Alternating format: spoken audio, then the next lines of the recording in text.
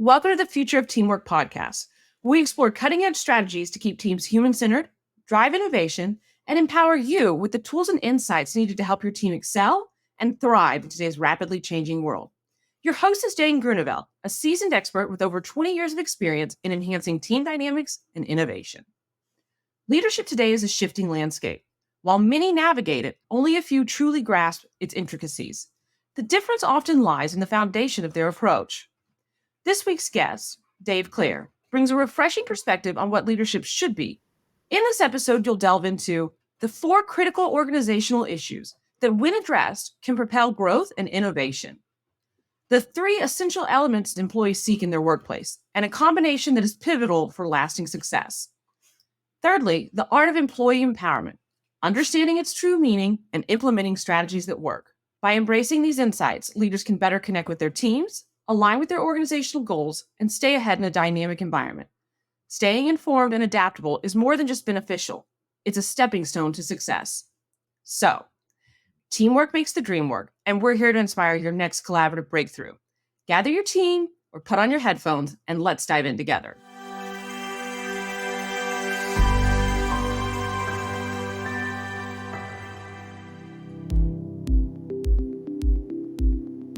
Welcome to the Future of Teamwork. My name's Dane Groeneveld, CEO of the HUDDL3 Group. And today I'm joined by Dave Clare from Perth, Western Australia. But he's not a fellow Aussie like me, or at least didn't grow up in Australia. So we were just talking about a few of our stories before the show. But welcome and thanks for joining, Dave. Dane, it's an absolute pleasure to be here, coming all the way from down under. So I should say g'day, shouldn't I? You should, yeah. Fit in. G'day. G'day, everyone. I love it. As a Canadian Australian, I'll be like, g'day, eh? You know, it's like, it's... I love it. I'll still throw that out there when I'm walking down a street in Texas or something, just to keep people on their toes. Yeah, it's quite funny. It's the beauty of being a Canadian. I call myself a Kanazi, right? Because it has a double connotation to it, because the way. But whenever I'm out doing my keynotes, my opening line is always the same. It's like, hi, I'm Dave Clare, but I'm an Australian. I'm a Canadian Australian, so the Australian in me may swear during this presentation, so I apologize for that. And that's the Canadian in me. So the Australian will swear, and the Canadian will apologize for it. I love that. They kind of clean up each other's handiwork. Yeah. I love that. So, Dave, you're the CEO of Circle Leadership Global, and Yes. You're doing some great work, and you've been doing it for a long time around purpose, around leadership journeys, around the way that teams connect. So it's going to be a fun conversation. Maybe you can share Absolutely with our listeners, how you came to be doing all this great work. All right, I'll see if I can give you the short version of that, the Dave Clare journey. So my family, let's say, were born in Canada, moved to Australia back in 1981, well before you were born. And I grew up as a teenager in Australia. And I was under the conditioning influences of, hey, Dave, go get a good job with a bank or a government or whatever, things like that. So conditioning is really important to understand here. And that's what I was told to believe, right? So I believed that, so I would have got a job in a bank, and I started working for banking. So please don't hold it against me. I was in banking and finance for many years. And I got a job in the bank, but whether it's nature or nurture, I was blessed with great parenting. I was instantly went from, being a teller on the old counter in the days to when the supervisor was sick, they put me into there, and I was like the number one teller, then like the supervisor. So they asked me to lead the team. And then, so I all of a sudden, I just naturally migrated into being good with people and that sort of things. I almost got fired from the bank once, Dane, because I was over-servicing our clients. They said, you're doing too much for the clients, and they were getting ready to fire me. Then the bank flipped its model around to create customer service centers, and I became one of the first customer service managers. All right, so it's quite funny. It went from, zero to hero very quickly, from losing my job to being one of the first people put into one of those roles. So I went through, always been in those sort of leadership type positions where I was responsible for a group of humans. Now, I will also share very quickly some of my initial nicknames that the ladies that a lot of part-time workers, so the moms that were there, which were phenomenal ladies, and they were some of my best teachers, by the way. They used to call me Corporal Clare, Dictator Dave. So I learned a lot from them. They said, Dave, we love you. You're a really great human being like that. But here's how you have to work with us. And it was so powerful for me to receive that learning. And they were the greatest teachers of what it actually means to care about them as human beings, and some of the things that we talk about today. This is where some of the origin story. Anyway, so long story short, so I was in the banking, but I worked my way up to working in a call center where there were 75 people. We had 7 teams of 10, 1 team of 5, a fulfillment team, and it was really amazing. And but I didn't have a piece of paper, and so I couldn't go any further in the bank. But then an opportunity came up in Papua New Guinea. They were looking for leadership development consultants to go over there and work with the national managers and expatriates to help take it was another bank, it just happened to be in banking, from the 60s and 70s into the modern 90s of leadership, which is actually just modern management. And I went over there and, I just took my wife and my young son, who was 18 months old. We moved to Papua New Guinea. And the very first day I arrived there, Dan, I was told, Dave, I know why they've hired you here. You can't teach these people anything. You'll show them something. 2 weeks later, they'll be back doing what they did. Just be safe. Pretend to look like you're doing the things that they need you to do, and just enjoy your time here. Like, that was the opening speech when I arrived, the first day I arrived. And I'd already done some really amazing work. One of my very first mentors, he saw something in me that I didn't see in myself, which I think is a great sign of a mentor. And he said, he said, Dave, I want to invest in you. And he invested in me, not in bank stuff, but in personal development, like goal setting, how your mind works, basic psychology, human behavior, and was really powerful, which is some of the stuff that I still stay true to today. But I took that to New Guinea, and we had phenomenal results in the 12 months I was there. But then my wife was pregnant with another child, so with my daughter, who's now in the business with us today, and so we just don't want to raise another child there. So we left, which was sad. But then we came back to Australia for her to be born, and then we moved to Canada. When I got to Canada, I'd had this taste now for being, rather than being an employee, I wanted to have, do more of this leadership development consulting, if you wish. And I joined Leadership Management International, which was at the time the largest personal and organizational development company in the world. They were in 60 countries, been around for 40 years.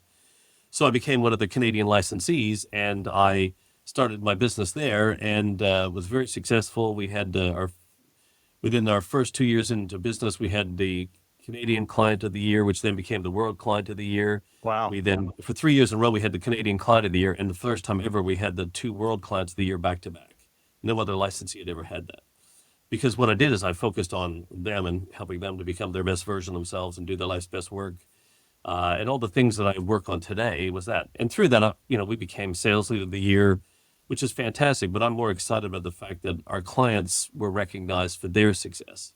However, here's the irony of the personal development industry at that time, Dane, is that I was being told off because I wasn't following their process the way they wanted it done. I wasn't buying it. Remember the days we had the old boxes and the tapes and stuff? Yeah. So I would buy all the boxes. I would take the tapes out. I would rearrange the order of all the lessons and the units or whatever in there in a way that I thought would drive the best value for our clients. So I was still buying the box for them, but I was taking their process or the programs, should I say, and changing the order of them. And then our clients were winning awards, and they're saying, but you're not following the process. And I'm like, well, is that not something missing here? I love So that. I left. I left. I got really disillusioned with the industry because it was all, here we are trying to help people become successful and whatever that means to them. And yet all they cared about was the boxes and the process, not the people and results that people were getting. So I thought, you know what? So I left, and then I started developing my own tools and resources. Right? And I said, okay, well, great. And please understand, I stand on the shoulders of giants. I'm a patchwork quilt of all the most amazing leaders I've ever worked with that most people will never know unless you actually work with them yourself. Yeah. But I've been a practitioner my whole life. Like, that's the thing. So I took all that sort of stuff and I started crafting other things, created a circle of organizational leadership. We created our own, role and all the stuff that I'd learned. And I thought, well, there's got to be a better way to build organizations that suit human beings. And so, I understood human behavior really well. And I thought, what if I could create an organizational behavioral process that mirrored human behavior? Like if organizations, Dane, are just a bunch of human beings all working together to achieve a common goal, should the process for organizational behavior then be different to what it is human behavior? So then I created this process for organizational behavior. Then I started building tools around to help leaders to create those organizations as great as the human beings in it by following a process that mirrored human behavior. Because I thought people would rather work in a place that made sense to them the way it works Yeah. And we mentioned a few things. It's like one of the things I challenge organizations: are you trying to take a new way of thinking and put it into your old way of doing? You need to take a new way of thinking and create a new way of doing. So I Yeah. want to take, okay, if this is human behavior, so then I did that, created all that. Then we moved back to Australia, and when I came back here, I'd gone through some life stuff. So I'd lost my business a lot because of the global financial crisis. Yeah. So a lot of my clients at the time were in automotive, Right. in tier one automotive They got suppliers, dumped. things like that. I'd started branching out into a few different other ones, industries and that, but I was doing extremely well in the automotive sector. And so niching is always interesting. But then Obama reached in at that time, pulled the automotive plants out of Southern Ontario, and then 70% of my business was gone. At the same time, my now ex-wife then chose to leave me and the kids. And so that was upside down in my office building, upside down in my house. I'm a single dad with 2 kids. So it was some That's tough rough. times. So went through some challenges. And then I met my now wife today, beautiful wife today. And I have another son out of that, which is, he was 14 years old when he was born into my life. So we're kind of like half the Brady Bunch. But with that, I learned so much about the fact that my business was growing and growing and growing. But I realized that, growing is just about being more for more. I wasn't becoming anymore. I wasn't becoming more. I wasn't increasing my capabilities. I was just taking everything I already knew and doubling down on it and reaching out for more, which is why then I learned that lesson. And then came back to Australia, and I thought, okay, I got a chance when I came back to Australia the first time was to roll my sleeves up and get back into running a business. I wanted to be I didn't want to be perceived as one of those who can't do teaches. So I got into an organization here in Australia, not for profit, and help them to create culture and strategy and all this sort of stuff, which was fantastic. And I just love getting there, rolling my sleeves up and leading an organization again. And it was great for us to stabilize us also in a new country, to find ourselves. Well, it was not new for me and my 2 kids, but for my wife, she'd never been to Canada. She was a Canadian lady. Build that and turn that organization around, which was phenomenal. And then that's when I wrote my book and on Simplified Leadership, Simple, You Lead People. And then Circle Leadership was born. I said, okay, look, I'm past my use by date, and this is one thing I really find in many organizations is that I think every leader has a shelf life. Mine had expired, and I'd known it, and I'm like, I can't add any more value here. I'm not a maintainer. And so then I left, and then I built Circle Leadership, and it's been running for just over 5 years now. I went out and studied a whole bunch of small to medium-sized businesses, 20 to 50 size employee type companies to find out what their challenges were, and I did a case study with 25 leaders over 4 months to take to how we could help them and what was their challenges in the organization. And whilst every business Dane had their challenges, there were 4 common challenges that they all had. And I said, okay, if I could build a process that would help them address those on a regular basis. And then that's how the whole Circle Leadership was formed, and our Next 90 Business Evolution process and our Business Evolution Roadmap. All the tools we have today came from learning from people. So my whole journey, very rapidly through that, because I want to get into some meaty stuff, is that just to let people know, it's like I'm a practitioner. Yeah. I'm not an academic. I've certainly read books and studied and stuff like that, but it's all come from leading teams and being involved with businesses and running businesses myself, private, not-for-profit, public sector.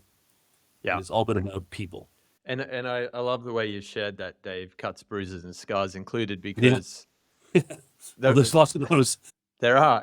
And the reality is that, like you were sharing with me before the show, we've got to move away from leadership programs in teams, and we've got to move to journeys. And there is a different role for leadership across the whole team now. So I'm excited to get deep into that. But before we do, I owe you an apology, because I said you're not a fellow Australian like me, but you turned up in Australia the same year I did, 1981. All right. Yeah. So we Is that share when you were that born common. here? That's when I was born there. Yeah. So, You've been in Australia a little longer than me, though. I didn't get my citizenship until 1985. Okay. May 1985. So I've been an Aussie since 1985. So you're a little bit more Aussie than I am. Maybe, but you probably spent more years there. So I apologize for getting that wrong. But I hear through your story, and it's something that I really associate with. I hear about this human that's very people-centered, but is a bit of a maverick, a bit of a rogue.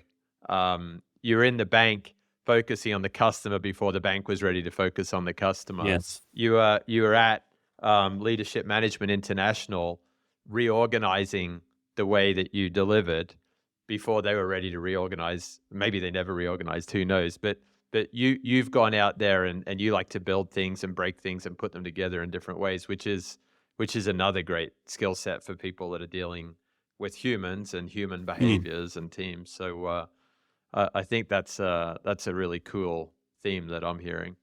Thank you for acknowledging that. I guess, Dane, for me, firstly, I'm the most laziest, spontaneous human being on the planet. So I crave structure, right? Yeah.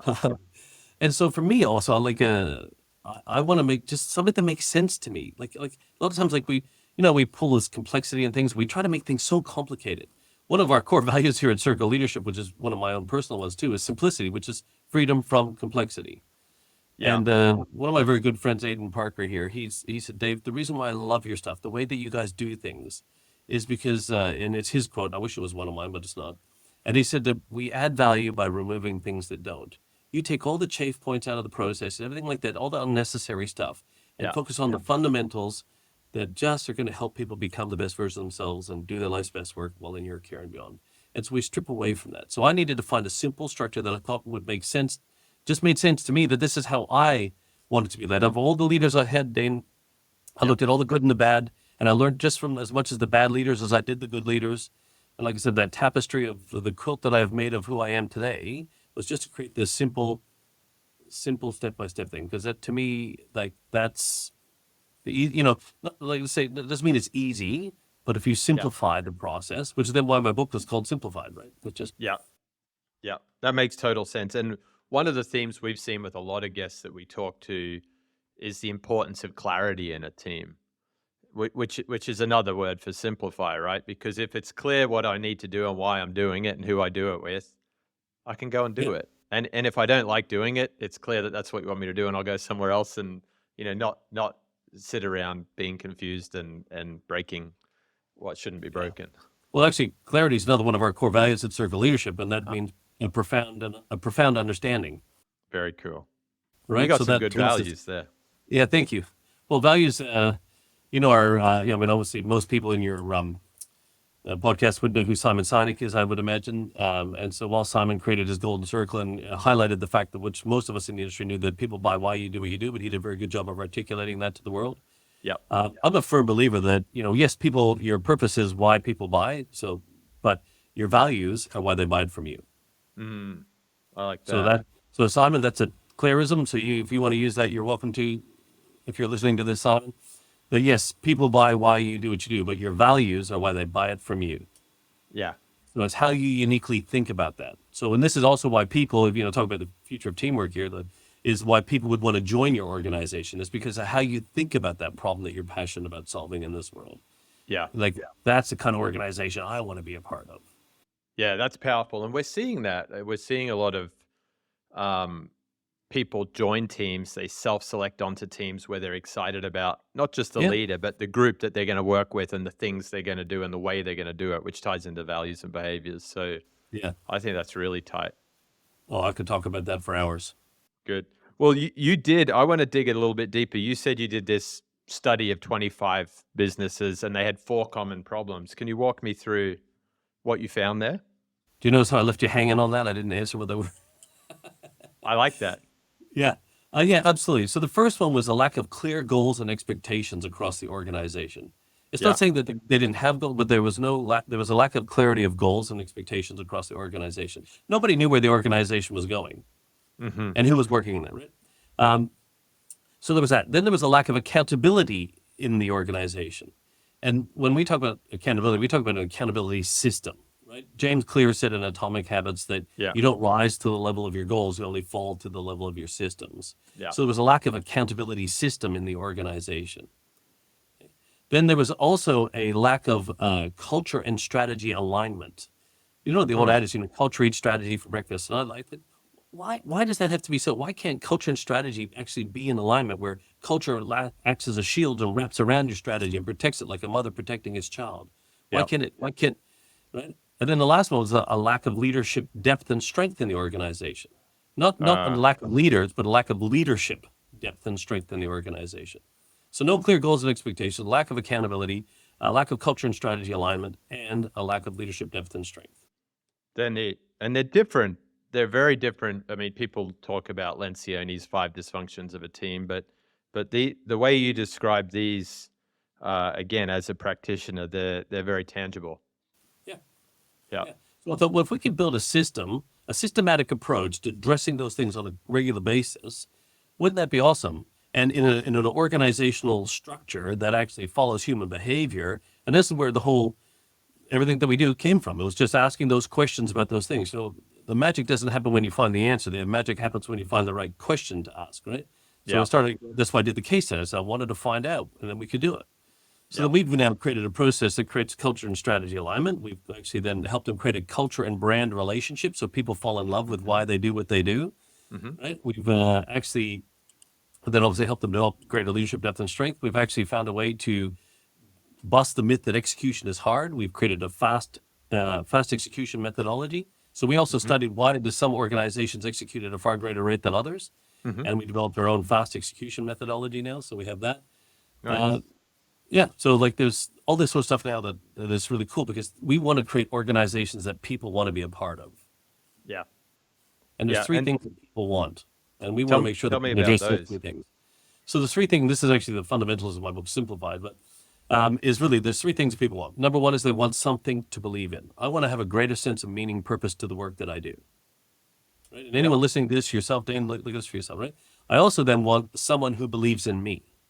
I want a leader who empowers me to make smarter decisions, who believes in me and trusts me and gives me greater responsibility to do the work that I'm doing. And the Yep. third thing I want is someone to believe in, which is a leader who has an inspiring picture of the world that's far greater than all of us combined and something we can't accomplish alone. So when I have something to believe in, someone who believes in me, and someone I can believe in, that's the three things, what I call the hallmarks of an invincible culture, where people want to be a part of that organization because you're addressing the three needs that perfect person has. Yeah. No, that's neat. I've never heard that context. I've heard elements of each of those three, Yeah. but I think putting them together is very complete. How do you the someone to believe in's interesting. Yeah. Is that the visionary CEO or founder? Could it be the department manager? Like, does it have to be Yeah. one person? Can it be many people to many different people? It could be, multiple layers to that. That's a great question. But, people don't leave organizations, they leave leaders or managers. Mm-hmm. Okay. So this is Yeah. why I want someone to believe in. Firstly, does that person believe in me? So that, if they believe in me, they're willing to empower me. They're willing to help me create learning moments and coaching moments and the things that we talk about, helping that person to become the best version of themselves, to do their life's best work while in your care and beyond. And then from that, like if that person believes in me, do they have a vision? Do they know where they're going? Because I want to be, not like follow, but I want to be hanging out with people who have a vision, an idea where they're going. It could be your team leader. It could be your department, your divisional leader. Yeah. And then also to the organizational leadership, like to the CEO or whatever it is. We also, I don't believe in hierarchies anymore, Dane. We don't deal with that. They're what I call ecosystems. I'm the boss, you report to me. We work in ecosystems, not ego systems, where we Love have that. all around leadership, right? Not top down leadership. So to me, top down leadership is a thing of the past. All around leadership is the way forward. Because I could be that person that, I could be the team leader. Like even in our team, Jordan leads certain components of our business. And Yep. she's a 24-year-old young lady she's the best person to lead that. Like Lisa and I and, Gary and Payne, we're not the best ones to do that. She is, but I'm the CEO, right? So, Yeah. but she's the one I believe in. I love that.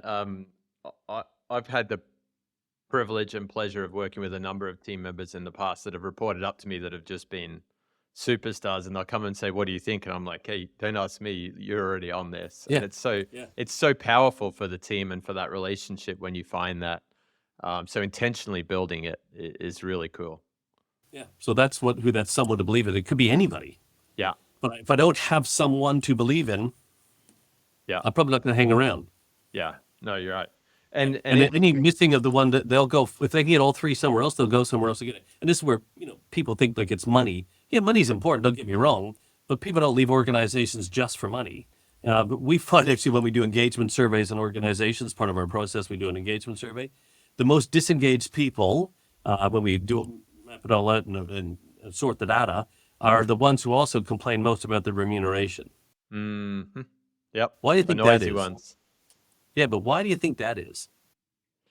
Because they're unhappy at a core level. So Yeah, that's the superficial thing that they reach for. right. So I'm unhappy here, so I want to be paid for my misery. Yeah. If I have to Yeah. put up with this crap here, I want to be paid for it. I don't get Uh, paid enough to put up with this, right? I think that actually goes. We had a great guest, Colleen Rivers, on to talk about wellness the other day, and we started talking about how when you've got a bad fit at work, Hmm. it impacts your wellness at home as well. And I've seen Yeah. that too, because all Yeah. of a sudden they start drinking more, or they start spending money on frivolous things, or whatever else it is that's dangerous to their personal well-being, because they're not enjoying their work where they're spending a lot of time and they don't feel like they're part of a team that they belong to. So it has huge impacts in society. Oh, okay. Well, all right. I'll bring this in here because now you're touching on a big nerve for me. Yeah. My actual company is actually called 90 Million Proprietary Limited, trading as Circle Leadership. Uh-huh. So 90 million, and there's a reason for that. And I have it even right here on my phone, is to create and inspire 90 million purpose-driven leaders. Oh, I love it. Okay. Now, Yep. the reason where I got the 90 million from, because there's a scientific part of this, is okay. So here you go. This is we talk about having a vision. Well, this is really great. Let's talk about leaders. If you're listening to this and you want to know what a vision is, here's what a vision is.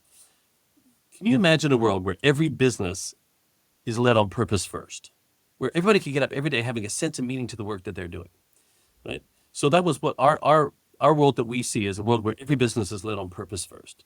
Mm. Now, where that came from is that I looked at all the studies by Deloitte and Gallup and all those things that were about the disengagement rates in the world. And this was probably about 6 or 7 years ago. And the sad part is it hasn't changed still. So that tells me that we're doing something wrong. Yeah. Right? We're spending $50 billion on leadership development and training courses, university programs, all this sort of stuff. And the disengagement rates are going up. If you're an investor and you're spending $50 billion on something and it's getting worse, would you keep investing? So why are we investing that way? So if you look at, so when they did their studies, they found that in 142 countries, 70% of the workforce, which is 900 million employees on average, are disengaged in the workplace. Right? And then there's another 17% that are actually actively disengaged, which means there's about 87% of the people at work are actively, or disengaged or actively disengaged. So someone's either there just for a paycheck, or they're actually this actively disengaged, is they're subconsciously sabotaging your business. Mm. So if there's 900 million people there, Dane, that means there's about 90 million on a 1 to 10 ratio of leaders that aren't being purpose-driven. So I thought, okay, well, there's a big number. I'm going to go after that. Right? So now if we can help create these 90 million purpose-driven leaders that will impact the 900 employees, and then if each one of those human beings had about a 2.25 or a 2.5 family ratio, because, if you're, to your point, if you're unhappy at work, you take that home, right? Or this is why the stress and anxiety, bullying, harassment, all this place in the workplace is going up and up and up. Mm-hmm. Why? Because we don't have leaders who understand how to give people something to believe in, someone to believe in, and someone for them to believe in. Right? And so then these people they're going home, and that's spiraling downward. And this, what you said, alcohol, drugs, that they're trying to escape from reality. Their lives are miserable, and we're not even paid enough for this misery. But what if we can actually shift that just by 1 degree, the opposite direction, where that person can go home feeling a little bit better about who they are and why they do what they do, and that my work matters. So that we work on mattering, right? Why does our organization matter? Why does my role matter in this? And why does that matter to me? If we can help every single person get this personal connection to the public sense of purpose of the organization, that person can go home. Now that will impact the other 2.5 people. So that 900 million now, times 2.5 is about 2.25 billion people. And I assure you, Dane, if we can do that, we could shift the consciousness of the planet. Yeah. That's powerful. That's why we do what we do at Circle Leadership. And you know what? It is why we can't accomplish it alone. People go, you can't reach out to 9. I know, which is why when I see other people doing amazing work in our world, like in the similar stuff that we do, they go, why are we supporting all these other guys and gals? Like, because I can't hit 90 million by myself. But so if I see somebody else doing it, a candle loses nothing from lighting another, right? So I can just go around and shine light on them. And there's enough shysters, and you would know this in with the world you said, there's enough shysters in our industry who are doing stuff that just isn't achieving results. And it's just, they're really good marketing, they're making money, but the clients aren't getting results. So therefore, there's no transformation happening, all this. But me going out and blowing out their candles doesn't make mine shine any brighter. No. No, So not if at I can all. go help a bunch of other candles that shine so bright that we don't see those ones anymore, Yeah, I know we're on our way to achieving that 90 million. yeah. I That's a like vision. it's a great vision, powerful impact, and I also like that you're thinking about small teams by inference because you're saying, Yeah. 1 to 10. I think that's a real number that leaders can impact too. And what Yeah. we're hoping for in the future of work is that you'll see more people self-selecting onto teams that have the right belonging, belief, mattering, sense of Yeah. mattering, and take that home. So Yeah. Well, so really cool. that's why there's no more than 10 circles around, like the human beings around the circle of organizational leadership. And Yeah, in the center sits the purpose and through the values. So every single person in that team has a direct line of sight to the purpose of the organization through the values, yeah, yeah, right? So that everyone is connected and that the best idea wins, not the boss's idea, right? And that sort of stuff. That yeah, everybody answers to something first, not to yeah. someone. Oh, I That like nobody that. is above the purpose and values of our organization. Even in our organization, all of our clients around the world, everybody answers to something first, not someone. And that is the Yeah, purpose through the lens of the values. yeah. That's really powerful. Thanks for repeating that too. What with such a human lens as you share and deploy with your teams that you support, what role is there for technology? Is it good, bad, ugly? How do you see Oh, technology playing into this beautiful. behavior methodology?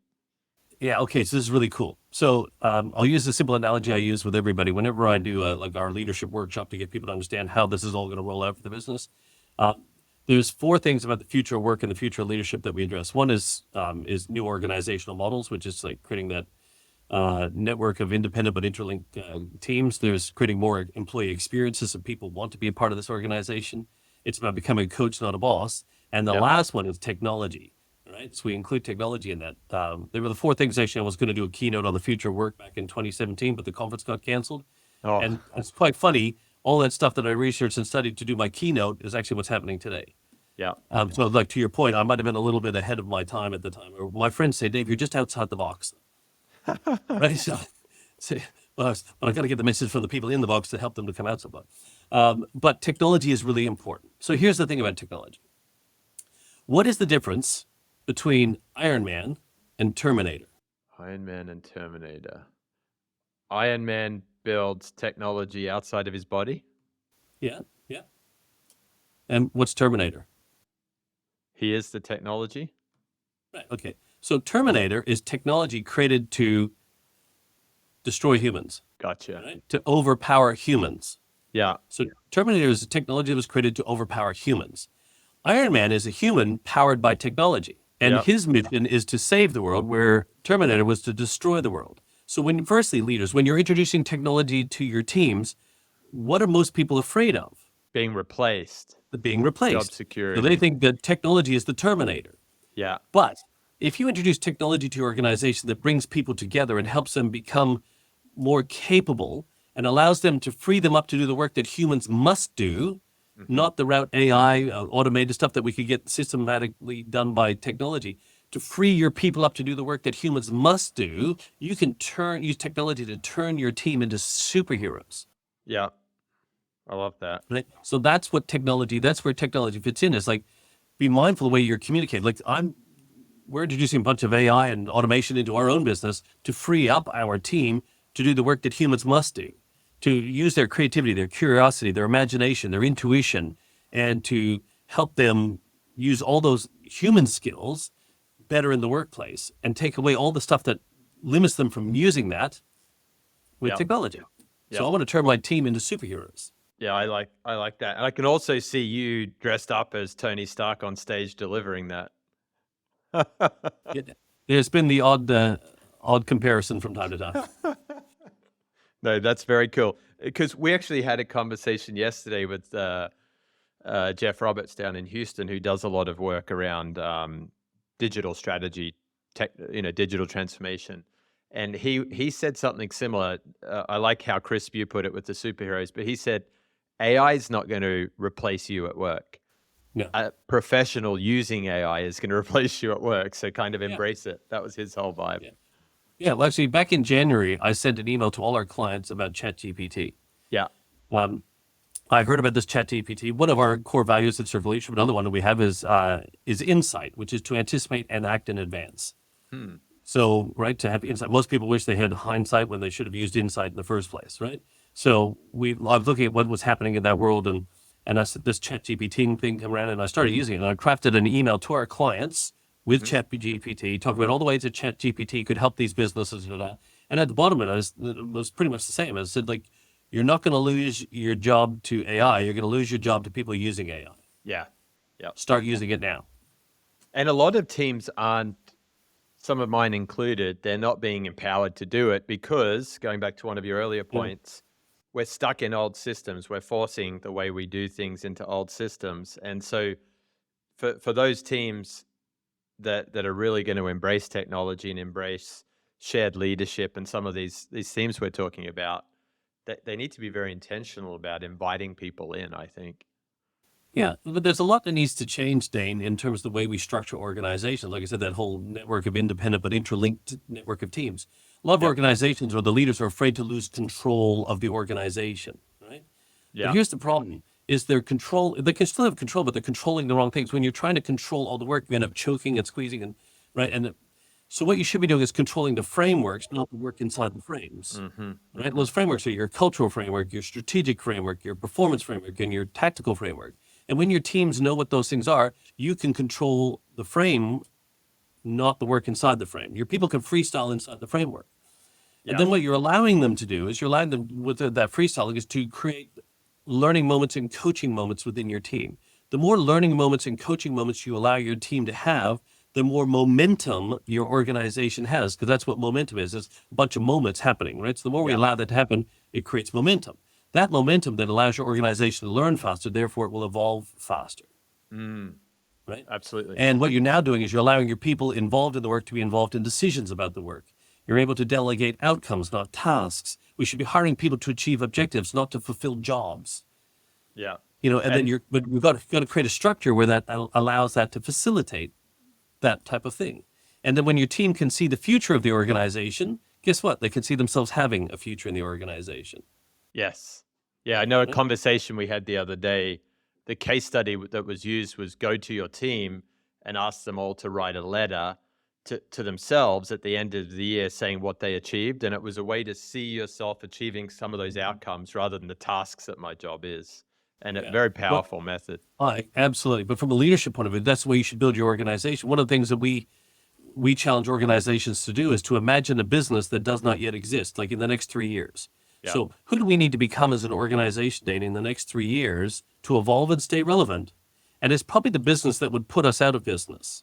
Because when we build the business that puts us out of business, we're just putting our old way of doing business out of business, rather than having someone else come along and build that organization. And guess what? We're out of business.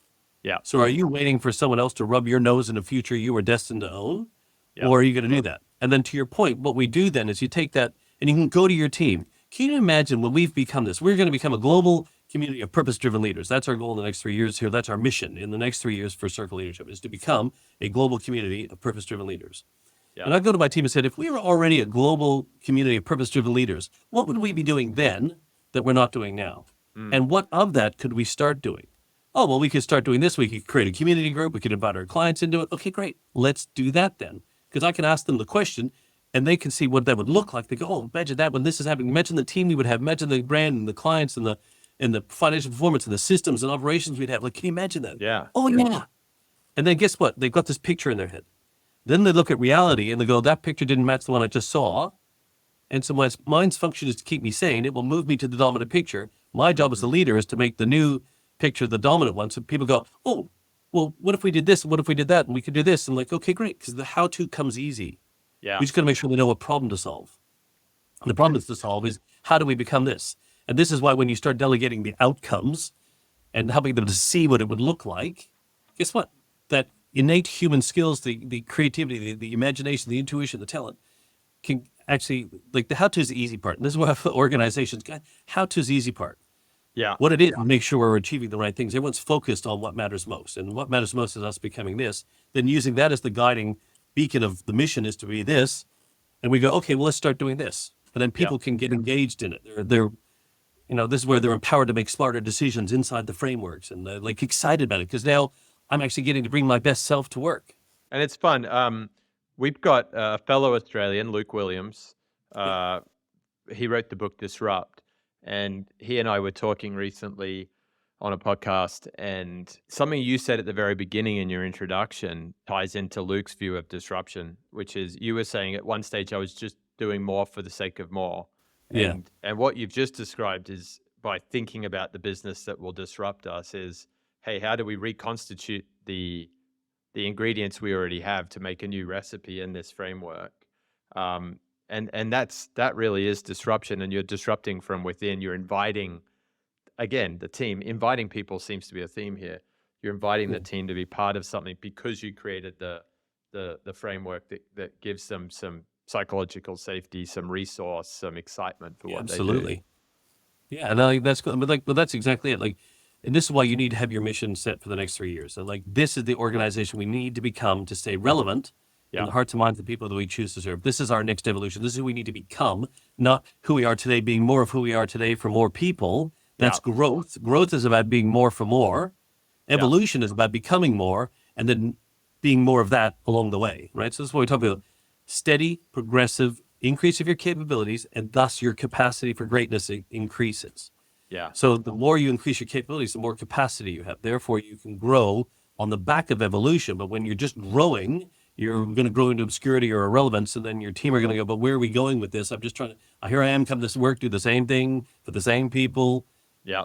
And I don't see any future in this organization. I don't see the future of the organization. Thus, I don't see a future in this organization. Yes.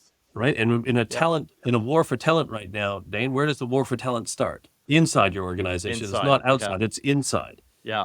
Right? That's what so many people get wrong, I still think. Yeah. Because they'll sit there and go, what's wrong with these people rather than what's wrong with our systems? Yeah, absolutely. And the same thing happens with human behavior in organization. Future teamwork, we were told to, we learned over the years not to attack the person, but to attack the behavior. Yeah. Right? We shouldn't even be attacking the behavior. What we need to do is attack the system that's enabling that behavior. Yeah, yeah. But that means we might have to look back at ourselves and point the finger back at ourselves going, how have I allowed this behavior to be prevalent in our organization? So here's an interesting question, Dave. When you go and work with customers, systems thinking is a skill in and of itself. There aren't a lot of people that are great systems thinkers just turning up in 20 to 50 person operations. Do you bring in outside help? Do you include that in some of their thinking? Do you have methodologies that allow you to get in and really interrogate existing systems and how to build those new systems and frameworks? We don't interrogate their existing systems per se, other than going, this is where they are and here's where they want to be and how do we get from here to there. So it's a gap the analysis. Transformation, yeah. Yeah. But this what we help them do is we help them build actually physically a business evolution roadmap. So it answers, the culture and strategy, talk about culture and strategy alignment. So they actually have the business evolution roadmap. And it's actually, the old expression, we need to get everybody on the same page, Dane, right? We got to get everybody on the same page. And I'm like, great, show me the page. And they go, there is one? Yeah. Like I thought it was just an expression. Yeah. Well, no. And then I go, here's the page. So everybody knows why we're here. It says what our purpose is. And it says, here's what our values is. So we all know how we think about that purpose. Then it says, here's what our vision is. So I know if we're doing this through the lens of that over the next 10 years, this is the impact we want to have on the world. Then it goes, well, then this is where you create the alignment between culture and strategy for people. This is where we've hacked culture and strategy. Is the mission then is, who do we need to become in the next 3 years to start creating that world that we see? What's the next evolution of our business? If you look at most businesses where they were, they go, here's where we were 3 years ago. Here's who we are today. We're not the same business we were 3 years ago. So who do we need to become in the next 3 years? Because it won't be the same business we are today. Because business is a series of evolutions. Yeah. Yeah. Right? So then we go, okay, so now we know what business we need to build. Then we help them go, okay, well, great. What's the team we need to have? The brand, the clients, the financial performance, the systems and operations that we need to have, and maybe whatever, something else, right? And then we go, well, if that's what we need in 3 years, what do we need in the next 12 months? What's the team we need in the next 12 months to have that team in the 3 years, the steady progressive increase of capabilities? What's our team need to be in 12 months to be that in 3 years? Where does our brand need to be in the next 12 months to be there in 3 years? So we reverse engineer everything back to where they are today. And then every 90 days, help them execute and do the how-to every 90 days with fast execution to start executing on that. And delegating outcomes to their teams, not tasks, hiring people to achieve outcomes or objectives, not to do a job, getting people involved in the work to be involved in decisions about the work, giving them a sense of belonging, because when they can see the future, they can see themselves having a future. And belonging is, do I want to be here for a long time? Yeah. Do I feel like this is the place I want to belong to? Yeah. And then that actually becomes their systematic approach to making evolution the natural state of their business, which then causes them to do that thinking in everything they do. So they take the new way of thinking and create a new way of doing for everything. Yeah.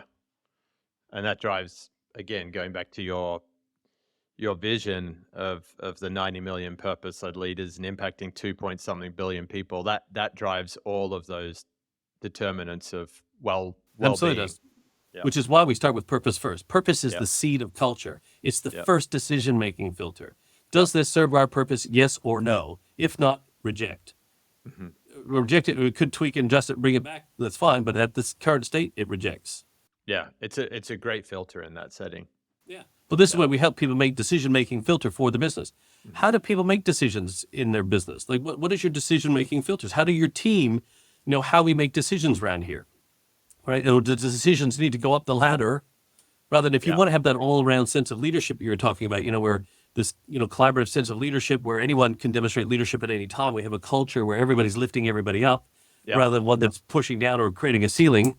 Because when this happens in an organization, there's only one thing can happen from here, is they leave. Yes. Because there's no space and capacity for them to evolve as well, right? Yeah. So when we make decision-making filters, and in an here's your system.